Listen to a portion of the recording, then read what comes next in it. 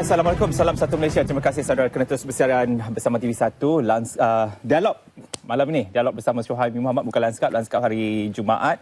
Jadi kembali bersama saya untuk kita bercakap mengenai satu lagi topik. Dan pastinya hari ini kita telah pun menjemput sebuah agensi iaitu Jabatan Kastam Diraja Malaysia untuk kita bercakap mengenai cabaran yang dihadapi oleh Kastam dalam era yang kita boleh katakan sebelum mencabar ini. Jadi kalau kita lihat sebenarnya dari laman sesawang, jarang-jarang kita dapati sebuah agensi itu memberikan peringatan kepada orang awam. Tapi bagi Jabatan Kastam hari ini, saya sempat meneliti peringatan untuk orang awam. Apa yang dinasihatkan oleh Kastam pada ketika ini, orang awam dinasihatkan berhati-hati dengan penipuan menggunakan nama Jabatan Kastam Diraja Malaysia. Jadi Jabatan Kastam Diraja Malaysia JKDM ingin memaklumkan kepada orang awam mengenai penipuan menggunakan nama Jabatan Kastam Diraja Malaysia oleh pihak yang tidak bertanggungjawab. Modus operandi yang kerap dilakukan ialah melalui penipuan dengan menggunakan nama Ketua Pengarah Kastam, penyamaran sebagai pegawai Kastam, penggunaan logo dan kad kuasa Jabatan Kastam Diraja Malaysia, dan akhir-akhir ini penipuan di dalam internet dengan mengaitkan penglibatan Jabatan Kastam Diraja Malaysia JKDM. Jadi anda boleh mendapatkan maklumat lanjut dengan melayari customs.gov.my, customs.gov.my. Terdapat peringatan untuk orang awam ini. Jadi sebarang pertanyaan berkenaan perkastaman, boleh layari laman sesawang yang saya kongsikan. Jadi kita bercakap tentang kastam. Kalau kita ingat pada 1 April 2015 nama kastam mula. Walaupun sebelum itu kastam dah pernah wujud, tapi 2015 bila mana GST diperkenalkan, kastam menjadi sebutan, dan sejak itu juga Jabatan Kastam Diraja Malaysia atau lazimnya sinonimnya kita panggil kastam, dia terus menjadi sebutan. Dan apapun sebagai sebuah agensi yang dekat dengan rakyat, kastam menjadi fokus masyarakat dari semasa ke semasa. Dan dari segi kutipannya, sinonim dari segi fungsinya memberikan hasil kepada negara, dilaporkan bermula pada 2011 hasil cukai yang berjaya dikutip oleh Jabatan Kastam mula mencecah 30 bilion, dan hasil daripada pada tahun 2015 selepas GST diperkenalkan 1 April 2015 telah pun berjaya juga mendapat 27.1 bilion. Namun selepas itu jumlah itu terus meningkat. Ada pengumuman juga pada tahun 2016 jumlah yang telah pun berjaya dikutip oleh pihak kastam hasil daripada cukai. Jadi hari ini hadir sekali lagi pada tahun lalu dalam julat masa tahun lalu dalam tempoh Januari, tapi kali ini hadir pada Februari. Siapa lagi kalau bukan Datuk Seri Kazali Haji Ahmad, Ketua Pengarah Kastam Malaysia. Terima kasih Datuk Seri. Kerana sekali lagi bersama dengan dialog, sekali lagi juga bersama dengan saya. Jangan pernah jemu Datuk Seri. Tidak jemu. Tidak jemu. Okey. Baik Datuk Seri, sinonim selepas 1 April 2015 lah kutipan GST, orang pemarah dengan GST, dan jumlah hasil yang dikutip oleh kastam untuk GST 2015, berapa jumlahnya? Okey, bismillahirrahmanirrahim. Assalamualaikum warahmatullahi taala wabarakatuh. Assalamualaikum. Salam sejahtera, salam satu Malaysia. Terima kasih kepada pihak RTM, saudara Suhaimi yang tidak jemu-jemu untuk menjemput Customs untuk berkongsi pengalaman dan juga untuk mewawarkan tentang apa juga usaha dan kerja yang dilakukan oleh Jabatan Kastam Diraja Malaysia. Tadi di mukadimah yang saudara Suhaimi telah berikan tadi, saya rasa melingkupi apa yang sedang kita lakukan pada masa ini sebenarnya. Dan di mana yang kita sebut, yang saudara Suhaimi sebut tadi, bahawa kita ni sebenarnya sinonim dah sekarang ini dengan GST. Kita mula laksanakan 1 April 2015. Dan kalau nak kirakan umur GST di Malaysia ni sekarang ni dah 1 tahun 11 bulan. Jadi kalau 1 tahun 11 bulan ni, kalau anak kecil dia dah mula boleh berlari-lari anak, orang kata. Begitulah juga dengan GST kita ni. Jadi kita rasakan bahawa pelaksanaan sistem yang kita laksanakan di Malaysia, jadi saya harus menyebut di sini dan berbangga bahawa kita dapat laksanakan dengan penuh kesempurnaan. Oleh sebab itu di mana dari segi pungutan hasil yang dijangkakan untuk tahun pertama 2015 bulan April sehinggalah penghujung Disember tu 2015 kita berjaya mengutip 27 bilion. Ya. Dan alhamdulillah melalui kerja kuat, kerja serius oleh semua pihak dalam jabatan dan juga panduan-panduan yang kita terima daripada Yang Amat Berhormat Menteri Kewangan sendiri, Yang Berhormat Menteri Kewangan kedua, Ketua Setiausaha Pendaratan sendiri, maka kita laksanakan ini lagi dengan lebih penuh kesempurnaan lagi, dengan melalui banyak engagement yang kita buat dengan stakeholders dan juga berbagai pihak. Dan pada tahun 2016 kita telah berjaya dari segi net bersih, ya, kutipan hasil GST kita adalah sebanyak 42.1 bilion. 42.1. Jadi ini menunjukkan satu orang kata pencapaian yang agak luar biasa. Okay. Berbanding dengan kalau kita berada di bawah sistem yang lama dahulu, yang SST, yang banyak kekangan-kekangannya, yang membuatkan sistem yang ada sebelum itu tidak begitu efisien dari segi pelaksanaan. Maka apabila kita laksanakan GST ini, kita nampak bahawa dari segi pungutan hasil itu, dengan kerja kuat semua warga jabatan, kita dapat berjaya mencapai hasil semua itu. Dan pada tahun ini 2017 itu sebab kita nak sebut soal mendepani cabaran, ya. Mendepani cabaran pada tahun ini, kita telah mensasarkan, kerajaan mensasarkan bahawa pada tahun ini kita mengutip dari segi jumlah kasa untuk cukai tidak langsung di dalam negara ini sebanyak 82 bilion. 82. Iaitu 65 bilion untuk cukai GST dari segi kasa dan lebih kurang 17 bilion untuk cukai-cukai perkastaman yang lain. Okay. Seperti excise duty dan cukai-cukai lain lah yang berkaitan. Jadi jumlahnya 82 dan target kita untuk net pada tahun ini ialah sebanyak 59 bilion untuk kedua-dua. Untuk GST saja kita target untuk mencapai 42 bilion juga. Dan untuk cukai perkasaman yang lain sebanyak 17 bilion. Menjadikan net target kita tahun ini 59 bilion. Cabaran saya nak sebut di sini. Sebab saya every day, setiap hari apabila sampai ke pejabat, sekarang ni mulai daripada 1 Januari, saya nak pastikan setiap hari itu kita mesti ada kutipan. Kalau 82 bilion kita bahagi dengan 365 hari, saya rasa kita akan kutip lebih kurang 223 million macam tu satu hari. Okey. Dan kalau saya translate lagi sampai ke bawah ke peringkat saat, setiap saat kita mesti ada ni dalam masa kita bercakap ni, kita kena ada wang yang dimasukkan ke dalam sistem kutipan kita lebih kurang dalam RM2,500. Ini cabaran. Setiap saat kita bercakap, berdetiknya jarum jam kita tu 2,500. Dengan jumlah anggota custom secara keseluruhan? Jumlah anggota custom pada masa ini kita ada lebih kurang 14,200. 14,000. Jadi 14,000 ni nak mendapatkan setiap saat 2,500 dengan netnya kutipan cukai 59 bilion, bukan satu tugas mudah. Bukan satu tugas mudah. Itu sebab kata inilah cabaran yang kita hadapi untuk kita memastikan bahawa kutipan itu dapat dibuat dan kutipan inilah yang akan digunakan oleh kerajaan untuk perbelanjaan pembangunan dan juga operating expenses yang akan dibuat dalam negaranya. Dan masih lagi dibuka untuk pendaftaran bagi syarikat-syarikat. Masih. Dan masih juga terdapat pertanyaan-pertanyaan apa itu GST? Masih ada, tetapi kalau nak ikutkan dari segi pendaftaran yang ada dalam sistem sekarang ni, kita dapati sekarang ni dah ada 434,000. Okey. Berbanding dengan target asal kita dulu semasa kita laksanakan 1 April, kita rasakan cuma ada mungkin 250,000. Tetapi pada hari ini dah ada 434,000 pelesen-pelesen GST. Okay. Dan pada masa ini kita tengah giat menjalankan operasi untuk memastikan ada lagi mereka-mereka yang sepatutnya berdaftar untuk didaftarkan. Okay. Ini operasi yang berterusan dilakukan oleh Customs. In fact, pada dalam bulan ini juga saya melancarkan satu operasi yang kita panggil CBOS. Custom Blue Ocean Strategy. Kita strategi lautan biru dalaman yang dibuat di dalam jabatan itu sendiri yang melibatkan pelbagai bahagian dan unit-unit di dalam jabatan. Kita rangkumkan sekali dan kita targetkan untuk tahun ini 2 perkara. Satu, dari segi kita nak mengaudit syarikat-syarikat lebih kurang 200,000.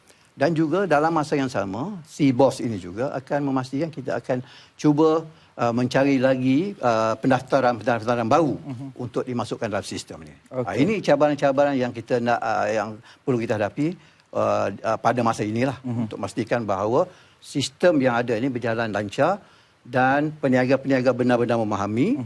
Dan dalam masa yang sama, kita masih terus mengadakan program handholding bersama peniaga dan juga program-program ceramah untuk memberi penerangan kepada masyarakat. Dan dari segi perundangan juga bergerak serentak? Bergerak serentak. Dan juga perundangan juga kita selalu kaji. Malah di dalam sesi parlimen yang baru lalu, kita ada membuat beberapa pindaan. Sebab ini satu benda yang dinamik. Mana bila dinamik, mana kita dari masa ke masa kita mesti meneliti peruntukan undang-undang itu untuk pastikan ia sejajar, selari dan kita akan berlaku adil kepada semua pihak. Itu yang penting. Dan Jabatan Kastam masih lagi menerima aduan, menerima resit tulis tangan lagi? Masih lagi ada? Itu sebab kita masih ada orang yang membuat kerja semua ini. Walaupun kita dah melakukan kempen jom minta resit oleh pengguna-pengguna dan sebagainya, untuk memastikan kita nak membudayakan minta resit ni sebagai suatu perkara yang satu hari nanti dah tak perlu diminta lagi dah. Makna kata di pihak pengguna, bila berbelanja, dia akan menjangkakan bahawa dia akan menerima resit. Dan di pihak peniaga, apabila orang berbelanja, tak perlu orang nak minta lagi, dia dengan sendiri melalui sistem point of sales dia akan mengeluarkan resit itu kepada pengguna-pengguna. Ini kita menuju ke arah itu sebenarnya. Itu sebab saya mulakan dalam jabatan ini satu kempen yang kita panggil kempen Jom Minta Resit yang telah kita lancarkan dan perkara ini berterusan untuk kita lakukan. Saya antara yang menyahut cabaran itu. Kalau buka beg saya tu, penuh dengan resit. Bagus. Ya, itu jadi satu. Ini satu contoh. Ya. Boleh jadi ikon lah kot ni. InsyaAllah. Dah tak boleh dah. Okey, apa pun sebenarnya bagi laman sesawangcustom.gov.my ini masih lagi menyediakan pautan berhubung dengan GST, apa yang perlu anda tahu, dan carian ejen cukai, senarai ejen cukai, GST, semuanya masih lagi terkandung pautannya di dalam custom.gov.my. Dan saya difahamkan, Datuk Seri, akan diadakan National GST Conference 2017. Ya. Apa lagi yang akan cuba pada 28 hari bulan ini, dan 1 hari bulan Mac, saya ingat 1 bulan Mac. Dan di dalam GST Conference ini kita akan menjemput mereka kebanyakannya practitioner dalam bahagian bidang pencukaian lah. Sebab ini kita bekerjasama dengan C-Team, Chartered Tax Institute of Malaysia, dan juga lain-lain pertubuhan accounting ini untuk kita melaksanakan conference ini, yang mana kita panggil dan pembentangan kertas kerja yang akan dibentangkan oleh jabatan sendiri dan juga pembentang-pembentang kertas kerja daripada luar lah. Melalui conference ini, seminar seperti ini, kita percaya banyak pertukaran maklumat, ideas yang kita boleh terima daripada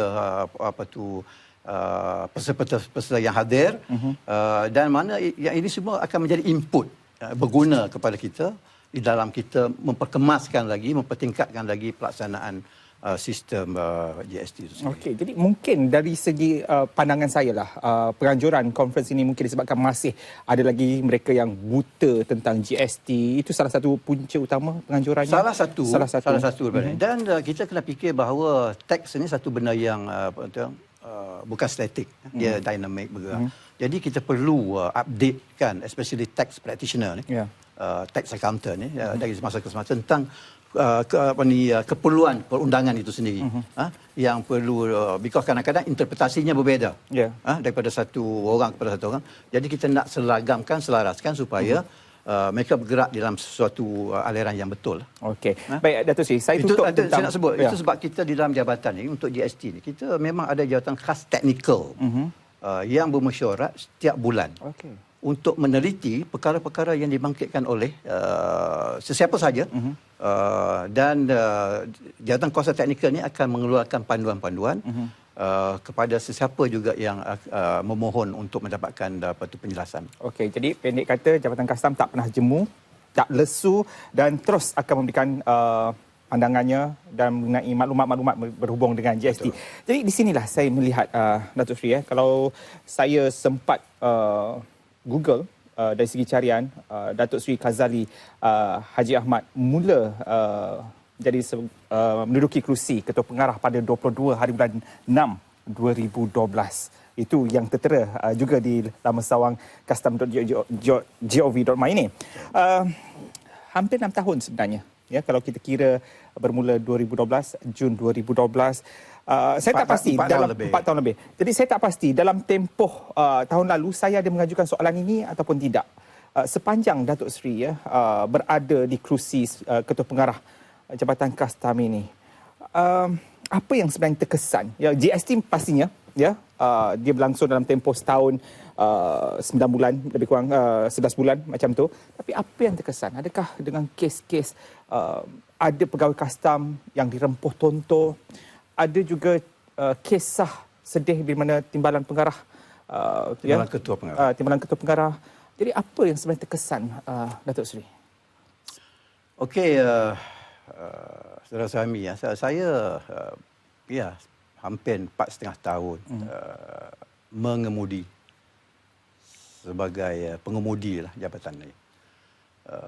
Apabila saya masuk pada bulan yang disebut bulan Jun, 22 Jun 2012 itu, kita dah mula sebenarnya rancak lagi. Tumpuan sebenarnya pada masa itu ialah dari segi nak memastikan bahawa segala persiapan kita ke arah nak melaksanakan GST itu dilakukan dengan sempurna. Itu sebab banyak masa tumpuan diberikan kepada perkara ini. Sebab ini satu benda besar.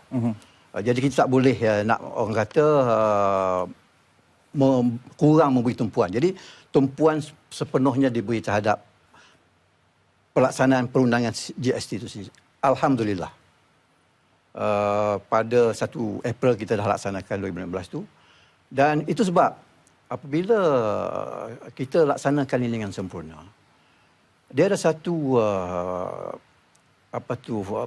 forum dipanggil International Tax Review. Pada tahun 2015 baru ni, 2016 bulan Mei, dia telah orang kata mengiktiraf kita, mengiktiraf saya dan juga mengiktiraf Jabatan Kastam melalui award tu dipanggil Asia Tax Commissioner of the Year 2016.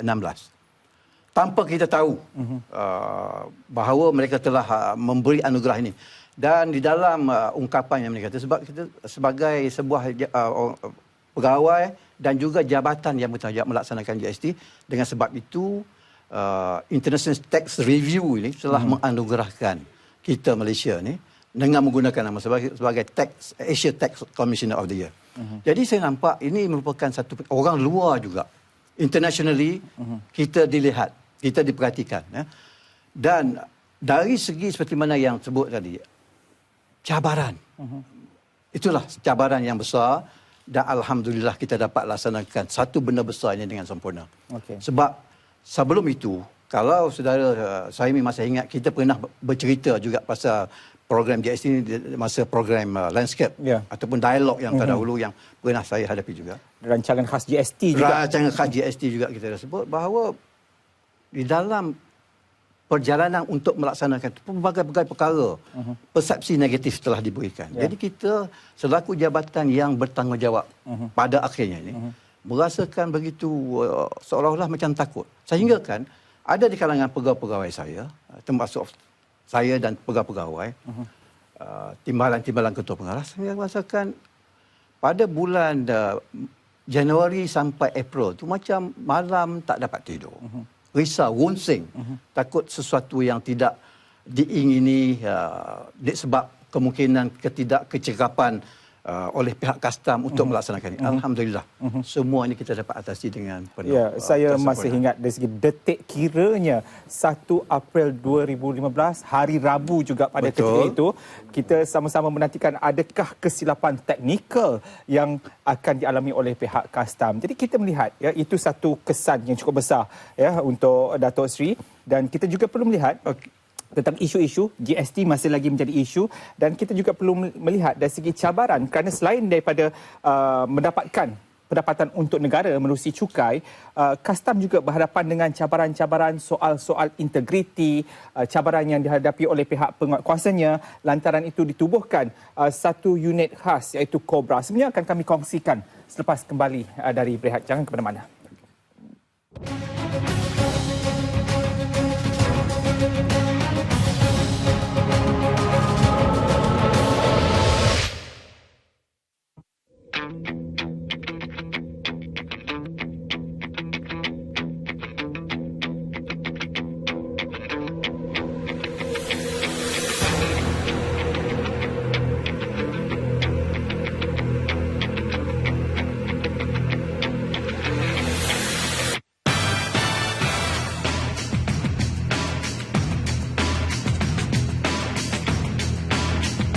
Pada tahun 2016, Jabatan Kastam Diraja Malaysia telah pun menubuhkan pasukan bantuan operasi medan kastam ataupun lebih dikenali sebagai Kobra. Dan pada awal penubuhannya, ia terdiri daripada 23 ahli pasukan. Dan kalau anda saksikan, ini ialah pakaian ataupun dikenali sebagai baju taktikal yang dipakai oleh setiap pasukan semasa melakukan operasi di lapangan. Jadi dalam video ataupun bingkisan berdurasi beberapa minit ini, kita nak tahu lebih dalam apa itu sebenarnya Kobra.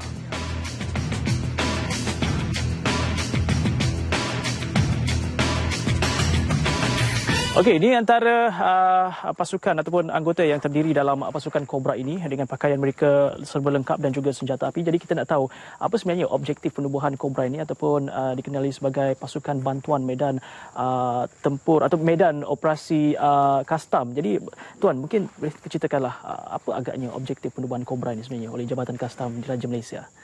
Okey. Pasukan ini sebenarnya telah ditubuhkan atas persetujuan Ketua Bandar Kastam. Okey. Ditubuhkan sebagai support and strike and support team kepada pasukan serbuan bahagian penguasaan yang melibatkan kes-kes berisiko tinggi, yang melibatkan kes-kes yang mungkin setelah dibuat penilaian boleh mendatangkan ancaman kepada anggota pasukan serbuan sendiri. Baik, bagaimana pula dengan mereka dipanggil untuk menangani kes berprofil tinggi yang bagaimana? Adakah melibatkan senjata api? Tentunya juga melibatkan senjata api dan juga mungkin penjenayah tersebut mempunyai senjata api yang boleh membahayakan nyawa orang lain juga? Okey. Sebagai contohlah, Kastam sebenarnya menguatkuasakan beberapa undang-undang. Antaranya adalah Akta Radar Berbahaya 1952 dan juga Akta Anti Perdagangan Orang dan Anti Penyeludupan Migran tahun 2007. Dua undang-undang ini adalah antara contohlah di mana pasukan ini akan digerakkan. Dan yang mana pada kebiasaannya kes-kes yang melibatkan kedua-dua undang-undang ini melibatkan sedikit-sedikit terancang yang akan melaksanakan aktiviti di mana ahli-ahli sedikit ni kebanyakannya menggunakan senjata api. Okey. Baik Tuan, seterusnya kita nak tahu juga bagaimana agaknya sesi latihan yang mereka jalani sepanjang berada dalam pasukan Kobra ini. Okay.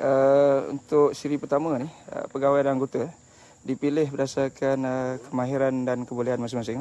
Dan mereka ni telah dihantar berkursus selama sebulan di Pusat Latihan Pasukan Gerakan Am Hulu Kinta dan dilatih oleh polis sendiri. Dan selama sebulan tu kami dilatih dari pelbagai aspek lah. Aspek yang ditekan tiga. Yang pertamanya kerjasama dengan satu pasukan. Keduanya dari segi kekuatan fizikal. Yang paling utama sekali kekuatan mental. Penubuhan Kobra ini tentunya juga bukan sahaja untuk menumpaskan sindiket penyeludupan yang terancang, malah pada masa sama juga mempertingkatkan lagi keselamatan negara, khususnya di kawasan sempadan negara dan juga pada masa sama juga mengurangkan jenayah pemerdagangan orang. Dan ini antara inisiatif yang dilakukan oleh Jabatan Kastam Diraja Malaysia juga sendiri dan kita amat berterima kasih kepada mereka kerana inisiatif ini juga pada masa sama dapat memastikan negara kita terus aman dan juga selamat.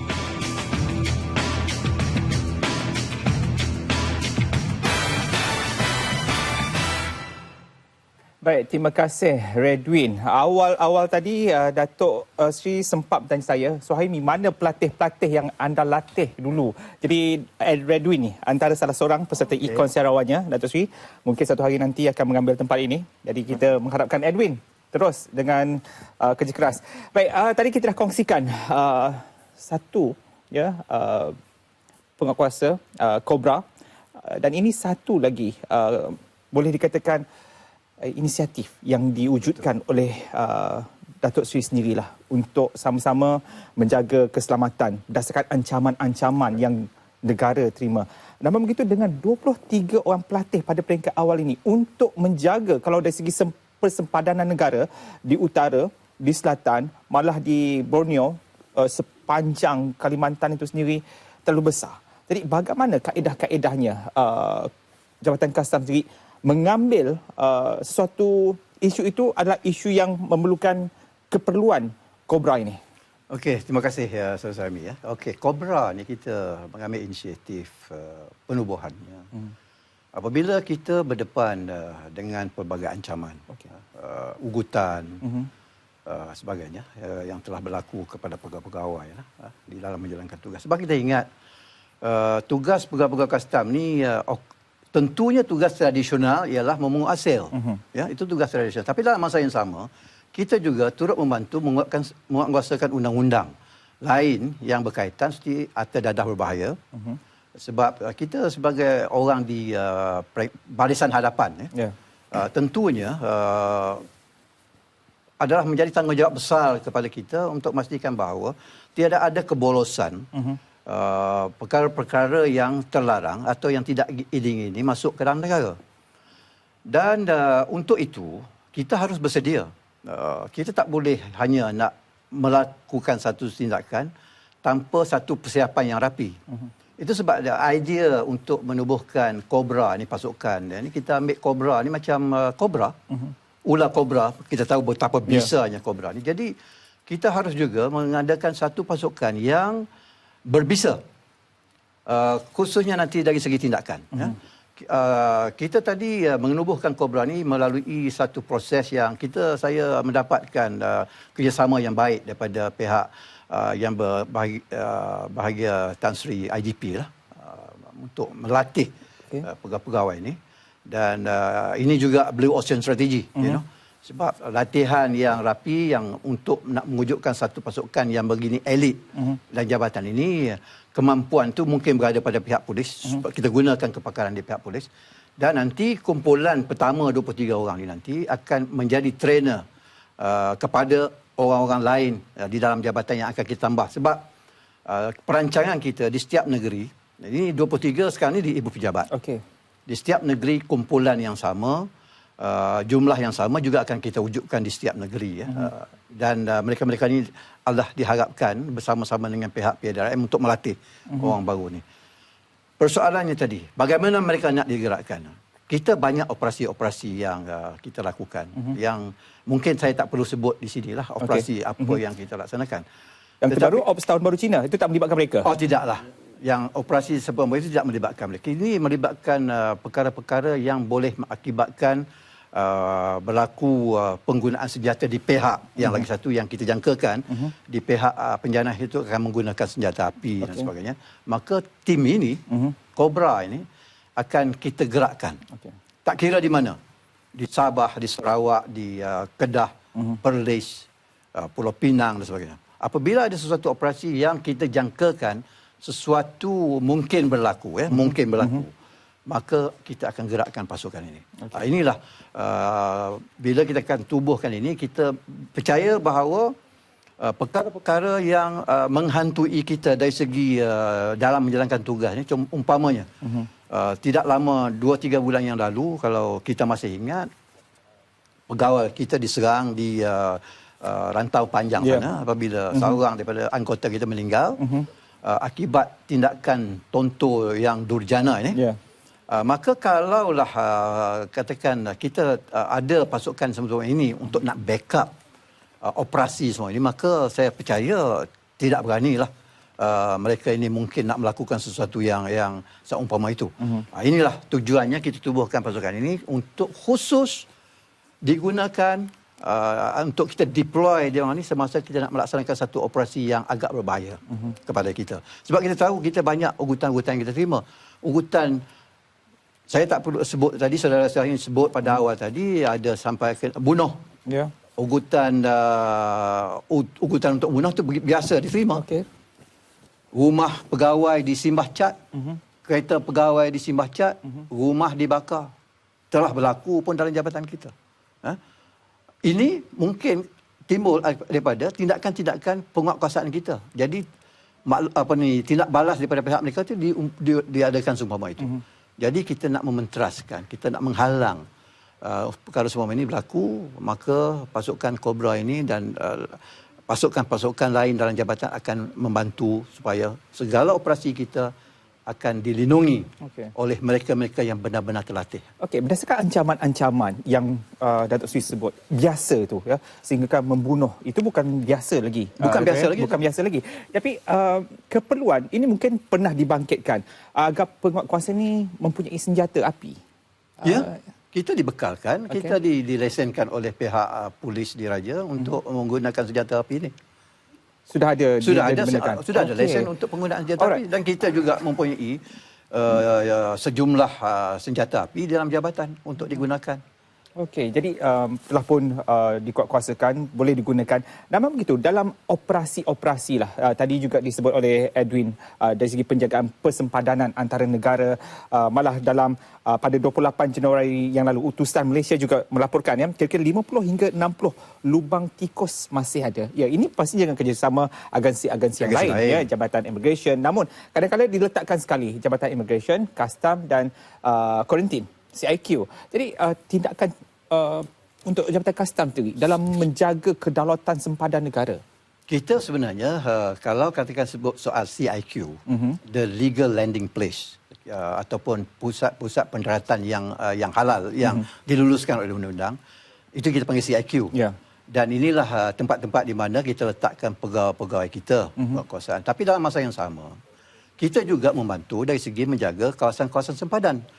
Soal lubang tikus, kita jangan sampai dia jadi lubang gajah.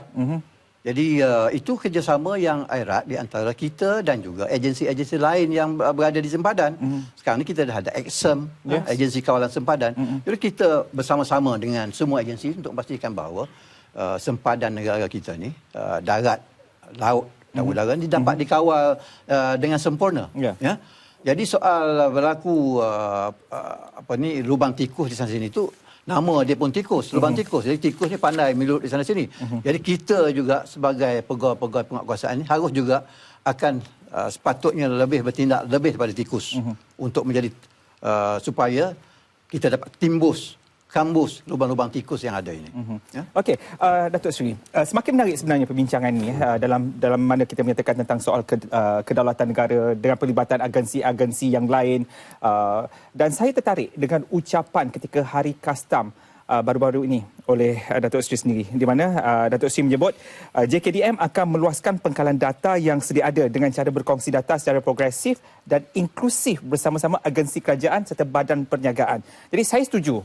Tapi pelaksanaannya, ya, kalau kita perhatikan dengan agensi-agensi yang lain, maaf kalau kita cakap pada malam ini, kita ada PDRM, kita ada Jabatan Immigration, dengan AXEM tadi yang telah pun ditubuhkan, kita ada APMM, masih belum berjaya. Tapi Datuk Seri kini tampil dengan satu langkah yang proaktif untuk memperluaskan pengkalan data. Ia bukan hanya satu pengkalan data, tapi ia perlu dikongsikan, dan dari segi pelaksanaan tu saya menantikan itu. Bagaimana Datuk Seri nak merealisasikannya? Okey, konteks yang saya sebut dalam ucapan itu ialah berasaskan kepada pada tahun ini kita merayakan Hari Kastam Sedunia pada 26 hari bulan Januari yang baru lalu.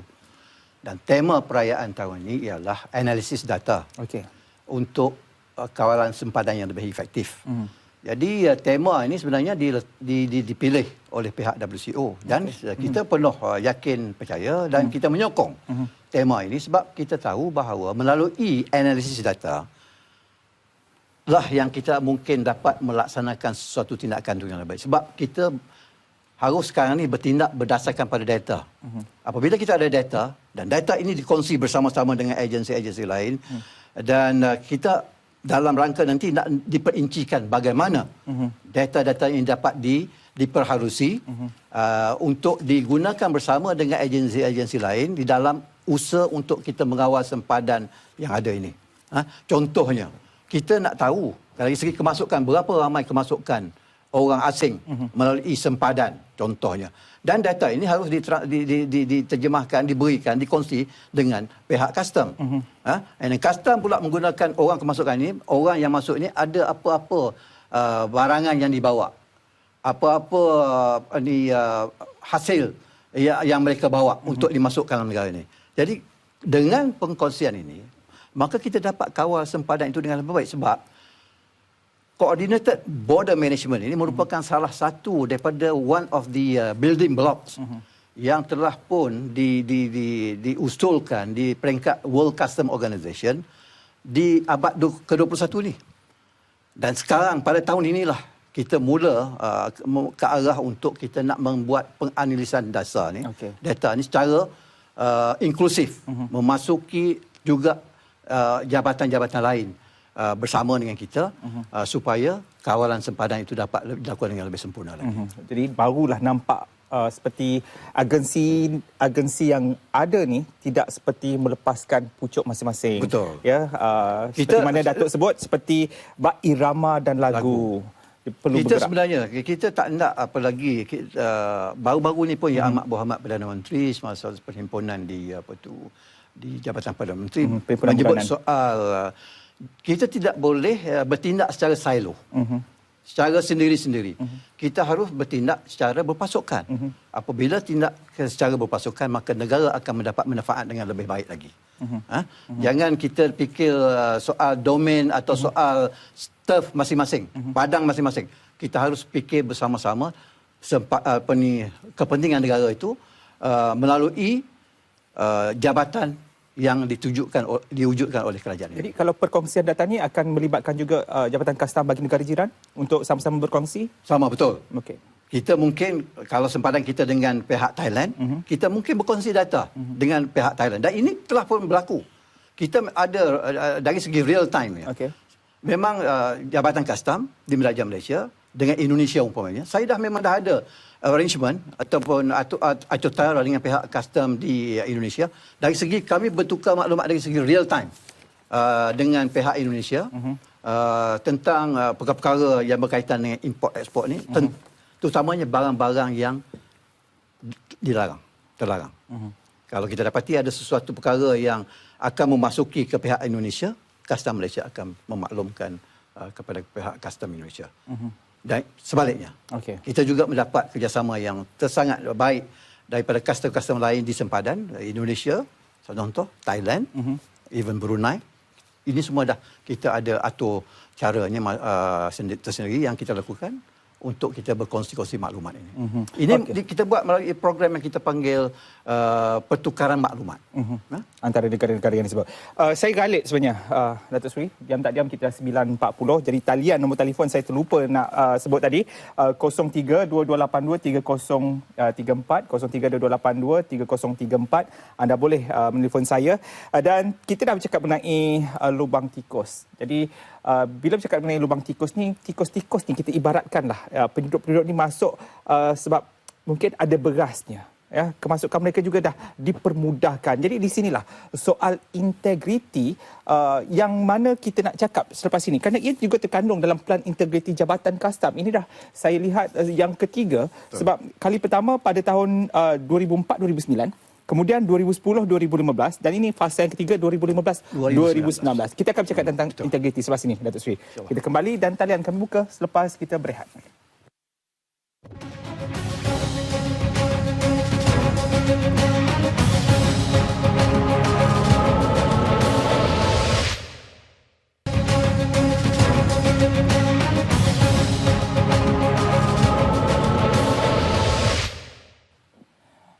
Baik, kembali dialog bersama Syuhaimi Muhammad dan saya nak mengucapkan terima kasih kepada Tuan Jamal terlebih dahulu. Tuan Jamal, terima kasih kerana bawa buku ni untuk saya. Saya pesan tadi, ya, Pelan Integriti Jabatan 2015-2019 dapat di tangan saya. Saya harap Datuk Seri, saya minta buku ni untuk simpan. Silakan. Nah, insya-Allah. Saya bagi satu salinan. Okey, terima kasih Datuk Seri.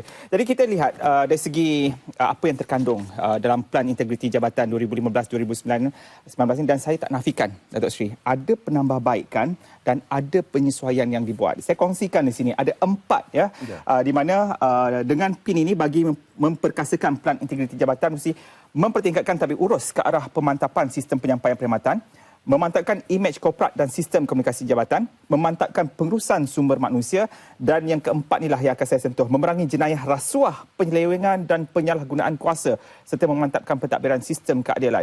Ya, saya boleh katakan media memberikan gambaran yang positif juga kepada Kastam. Dan media juga banyak melaporkan kisah-kisah penyelewengan, kisah-kisah rasuah. Mungkin dari segi statistiknya ada turun naik setiap tahun. Namun hakikatnya sendiri, Datuk Seri, apakah senario dalam Jabatan Kastam berhubung dengan jenayah rasuah, penyelewengan, penyalahgunaan kuasa? Jangan kata tak ada, kerana saya yakin ada. Ya, ini satu persoalan. Ianya kadang-kadang lebih kepada persepsi. Okey. Sebab apabila sebut custom, terus orang kaitkan dengan soal-soal yang tidak berintegriti. Tetapi di dalam pelan integriti yang kita laksanakan ini, kita sebaik mungkin cuba menangani persepsi ini. Sebab seperti mana kita tahu, nak menangani persepsi bukan satu benda yang mudah. Ya. Satu benda yang saya rasa yang paling susah kita nak uruskan ialah persepsi. Tetapi kita tidak nafikan, ianya berlaku satu dua cases di sana sini tentang rasuah, salah guna kuasa, tidak berintegriti. Memang berlaku. Dan kalau itu yang berlaku, kita ada saluran-saluran tindakan yang telah kita ambil untuk memastikan bahawa ianya tidak merupakan satu parasit menjadi kanser. Sebab kadang-kadang kanser ni mula dengan satu titik yang kecil. Ya. Kalau kita biarkan, lama-lama ia akan menjadi kanser yang besar, yang parah, yang tak boleh Jadi kalau ada berlaku perkara-perkara tidak berintegriti yang dilaporkan, memang kita mengambil tindakan. Dan banyak pun setiap tahun kita banyak tindakan-tindakan yang kita ambil. Sebab integriti ini kita ingat bukan hanya terhad kepada pengambilan rasuah atau tidak orang kata salah guna kuasa. Tetapi integriti juga mencakupi satu bidang yang luas. Soal-soal kerja, menepati masa, menghormati ketua. Ini juga soal integriti yang harus ditekankan. Sebab daripada perkara-perkara ini yang menjurus kepada seorang itu supaya dia akan mewujudkan satu suasana, satu insan yang benar memahami tentang tugas dan tanggungjawab dia. Kalau katakan seseorang itu tidak katakan punctual atau tidak tepat dari segi penggunaan masa, lama-kelamaan ia akan menjurus kepada soal-soal lain yang lebih teruk dalam soal integriti ini. Dan saya percaya bahawa tindakan-tindakan yang kita ambil kepada pegawai-pegawai yang tak integriti menjadi pengajaran kepada mereka-mereka yang lain. Saya tak ada statistik, tapi saya selaku pengurusi lembaga nombor 1 tertertib di dalam jabatan. Setiap persidangan lembaga tertertib tidak kurang daripada 15 ke 20 orang yang kita buang kerja pun ada. Itu tindakan-tindakan yang kita ambil dari segi dalaman. Dan pada 23 hari bulan ini, kita akan mengadakan satu majlis pengikraran integriti. Yang mana akan dihadiri oleh yang berhormat Timbalan Menteri Kewangan 1, Yang Berhormat Datuk Osman, dan juga yang akan dihadiri bersama oleh Ketua Pesuruhjaya SPRM, Yang Berhormat Datuk Zulkifli. Dan di situ kita akan mengambil pengikraran integriti oleh pegawai-pegawai kita untuk menyatakan bahawa kita sememangnya mempunyai niat yang baik, tulus dan ikhlas. Itu sebab dalam saya punya moto kerja kita, I speed. Ya, I speed. Mungkin selepas ni Cik Suhaimi boleh sebut soal I speed. Saya mulakan perkara ini dengan menyebut pertamanya integrity. I itu stand for integrity. Kita nakkan orang bekerja dengan pantas, cekap, efisien dan dalam suasana yang dinamik. Itu sebab moto kerja kita itu bermula dengan soal integriti itu. Dan dalam integriti pengikraran integriti yang kita akan ada dengan ini, pegawai-pegawai lebih kurang dalam 1,000 orang akan hadir di kalangan pegawai kita, akan mengambil integrity pledge ini di hadapan Timbalan Menteri. Mewakili menteri lah. Jadi tahniah kepada Jabatan Kastam kerana satu lagi agensi yang akan melafazkan ikrar integritinya mengikuti beberapa agensi yang lain yang telah pun melafazkan ikrar. Jadi Datuk Seri, kita berhenti sekejap. Ada pemanggil lama di talian, zalim kalau saya tak ambil pemanggil ni. Tuan Haji Samsudin dari Perak. Hello, Assalamualaikum Tuan Haji. Assalamualaikum. Waalaikumsalam warahmatullahi. Tuan Haji, soalannya ringkas dan padat. Tuan Datuk Seri Khalid, pengarah Kastam Malaysia. Pertama sekali, perkataan saya akan keluar khas untuk Datuk dan kaki tangan semua, syabas. Okey, alhamdulillah. Teruskan perjuangan. Sebab nadi negara untuk pembangunan salah satu adalah hasil kastam. Yang kedua, hasil dalam negeri, immigration. Ini rakyat kena faham. Kalau tidak ada ini, pembangunan tak boleh buat, repair jalan tak boleh. Tapi kita komplain. Pandai. Jadi dengan sebab itu, dia mesti ada win-win situation. Kita beri, kita dapat. Ini kita ingat. Dan yang kedua, saya nak cadangkan. Tuan telah buat keselamatan untuk apa ini custom adalah dia panggil apa tadi? Dia pakai senjata. Di darat dan di laut ada. Tapi saya nak cadangkan, buat pula di udara. Supaya cepat dapat tahu, cepat tahu apa di bawah ini. Dengan sendirinya, itu saya cadangkan, buat custom di udara pula. Terima kasih. Baik, terima kasih Tuan Haji Sam sudah semangat juga custom di udara. Ada respon Datuk Seri? Ya, bagus. Pandangan yang diberikan ikhlas, baik. Tetapi sama juga tadi, kita kalau perlukan operasi-operasi udara ni, kalau perlu, kita tak perlulah nak ada unit udara sendiri. Sebab again, kita berbalik kepada soal Blue Ocean Strategy tadi. Tak perlulah semua agensi nak ada unit udara dan sebagainya. Memadai kalau katakan perluan itu ada, mungkin kita boleh berhubung dengan pihak Polis Diraja Malaysia yang memang ada unit udara ataupun lain-lain agensi yang mempunyai kelengkapan untuk operasi di udara. Baik, Datuk Seri, kalau kita melihat dalam soal integriti ini juga, Datuk Seri sebenarnya dah banyak menjalankan pelbagai program. Dan saya melihat salah satunya dari segi takbir urus itu sendiri. Datuk Seri pernah melakukan rombakan besar-besaran melibatkan anggota dan pegawai di seluruh negara. Dari segi penempatannya juga, pegawai tidak perlu diletakkan terlalu lama di suatu lokasi kerana akan wujudkan kemesraan dan memberikan peluang kepada adanya freebies.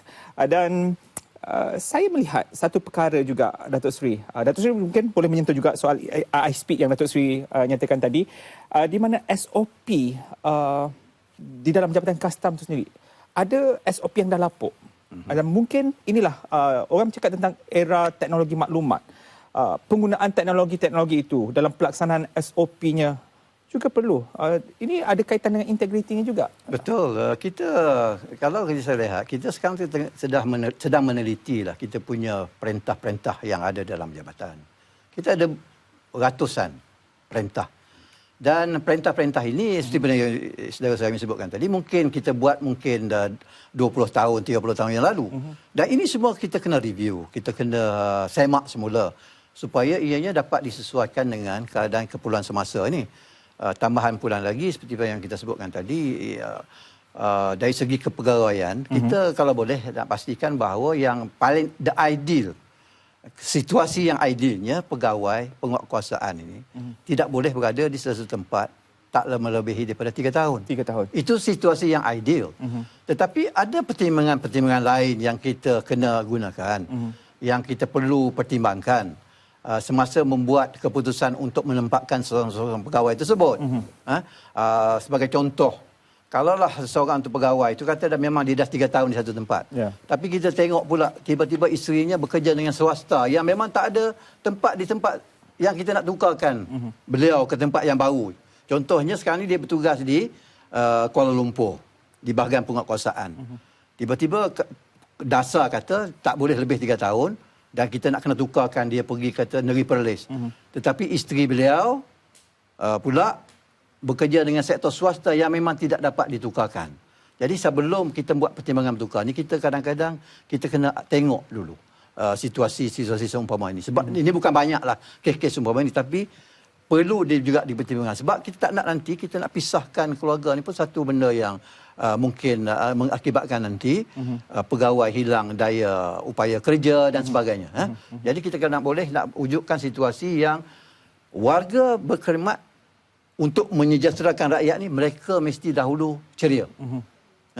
Kalau tanpa keceriaan di kalangan pekerja-pekerja, maka sudah tentunya moto kita untuk nak menyejahterakan rakyat mungkin tercapai. Sebab apa-apa pun bermula daripada penjawat itu sendiri. Kalau mereka happy, suka, seronok dalam melakukan kerja, maka sudah tentunya matlamat kita nak menyejahterakan orang itu dapat kita capai dengan baik. Jadi pertimbangan-pertimbangan harus kita beri dalam perkara ini. Walaupun kita katakan idealnya 3 tahun kena bertukar. Okey. Jadi itu telah pun ditetapkan. Itu telah pun ditetapkan. Okey. Jadi tadi Datuk Seri menyebut tentang air speed ya. Kita melihat tadi air integrity, speed pantas dari segi profesional juga disentuh dan juga cekap, berkesan, dinamik. Itu dari segi air speed. Yes. Jadi dari segi kesemua air speed ini kita nak melihat ya pegawai-pegawai custom yang profesional dan secara pemerhatian dalam bila mana saya mengangkat tajuk ini kepada rakan-rakan, bila terus melihat jabatan custom ini yang berada di airport lah ya, di mana dia menyuarakan, Suhaimi cuba tanya dengan Datuk Seri, kenapa kadang-kadang kita nak lalu nak keluar dekat airport tu, kadang-kadang custom ni bagi kita lepas, kadang-kadang ada yang kena spot check. Jadi apa SOP yang sebenar? Adakah pegawai custom ini telah pun mempunyai satu, orang kata, firasat melihat dari segi tingkah laku seseorang, itu yang akan diperiksa. Jadi apa SOP sebenar? Mungkin saudara Suhaimi dan juga penonton-penonton tidak menyedari bahawa di balai-balai ketibaan, di semua lapangan terbang, kita memang ada pegawai-pegawai yang beruniform. Ya. Dalam masa yang sama, orang ramai tak menyedari, kita ada ramai pegawai-pegawai yang tidak beruniform. Yang kita panggil rover. Jadi mereka ini berkeliaran di situ. Orang pun tak tahu. Orang ingat mereka ni salah seorang daripada penumpang yang baru balik. Okey, jadi malam ni kami tahu. Malam ni saya bagi tahu. Dan orang perlu tahu bahawa mereka sentiasa diperhatikan. Apabila tiba daripada sesuatu penerbangan itu, mereka ini akan diperhatikan oleh pegawai-pegawai custom yang tidak berpakaian lengkap uniform lah. Dan kadang-kadang itu sebab apabila berjalan keluar daripada selepas immigration, ambil bag, ada setengah tu terus berjalan saja. Dia boleh lalu green lane tanpa diperiksa. Tetapi tidak bermakna apabila dia dah lalu green lane, custom tidak ada hak untuk memeriksa. Custom ada hak, sama ada di lalu green lane ataupun laluan merah, custom memang ada hak untuk memeriksa. Kadang-kadang bila kata, kenapa saya nak diperiksa, saya tidak ada bawaan. Tapi rover ni dah memperhatikan gerak laku, tingkah laku. Itu sebab banyak kes-kes dadah yang kita dapat di KLIA. Tahun lalu memang banyak kes dadah kita dapat melalui KLIA. Dan bulan lepas, tak silap saya. Bulan lepas pun ada. Semuanya kita dapati melalui pemerhatian gerak-geri mereka yang melakukan jenayah ini. Ada kerja kosong, Datuk Seri, untuk saya jadi rover ni? Ada kerja kosong? Sebab saya sempat tengok ni, iklan kekosongan jawatan, tapi pegawai kontrak. Yang tu untuk kita punya special untuk program GST ya. Okey. Jadi itu dia. Kita ada orang-orang ni yang memerhatikan dan alhamdulillah mereka-mereka ni orang yang terlatih. Kita latih special, ada yang dilatih di luar negara. Dan juga latih oleh orang kita sendiri yang berpengalaman. Untuk nak membaca body language. Okey. Orang yang buat salah ni sebenarnya ada tingkah laku yang kalau orang yang belajar dalam bidang tu dia akan dapat cepat pinpoint. Okey, jadi Datuk Seri, kita di penghujung ini mungkin sempena dengan Hari Custom juga untuk 14,000 anggota custom, ucapan Datuk Seri sendiri kepada pegawai custom. Saya sebenarnya ucapan ni telah pun saya berikan. Tapi malam ni special. Malam ni special, sekali lagi nak mengucapkan selamat walaupun dah lepas Hari Custom tu ni. Sekali lagi nak menyebut kepada pegawai-pegawai saya, rakan-rakan saya dalam jabatan supaya selamat menyambut Hari Custom ini. Dan pada tahun ini kita tahu bahawa analisis data itu menjadi fokus. Dan saya nak terus menyeru bahawa kita terus bekerja dengan penuh semangat, berpegang teguh kepada moto kita iaitu berkhidmat menyejahterakan rakyat. Berkhidmat menyejahterakan rakyat. Baik, terima kasih banyak Datuk Seri kerana bersama saya dialog malam ini. Terima kasih. Jangan pernah serik dan jangan pernah lelah untuk pembangunan negara. Kutip cukai itu. InsyaAllah. Datuk Seri ya. Baik, terima kasih juga kepada pegawai-pegawai custom yang hadir pada malam ini. Ya, timbalan saya ada di sini. Ada juga. Ya. Okey, jadi terima kasih kerana hadir. Jadi kita insyaAllah minggu hadapan kita akan ke Terengganu sebenarnya Datuk Seri. Okay. InsyaAllah ya. Kita akan bersama Menteri Besar Terengganu untuk kita melihat dari segi pembangunan negeri Terengganu khususnya. Jadi bersama saya, Dialog Suhaimi Mohamad. InsyaAllah minggu hadapan. Assalamualaikum.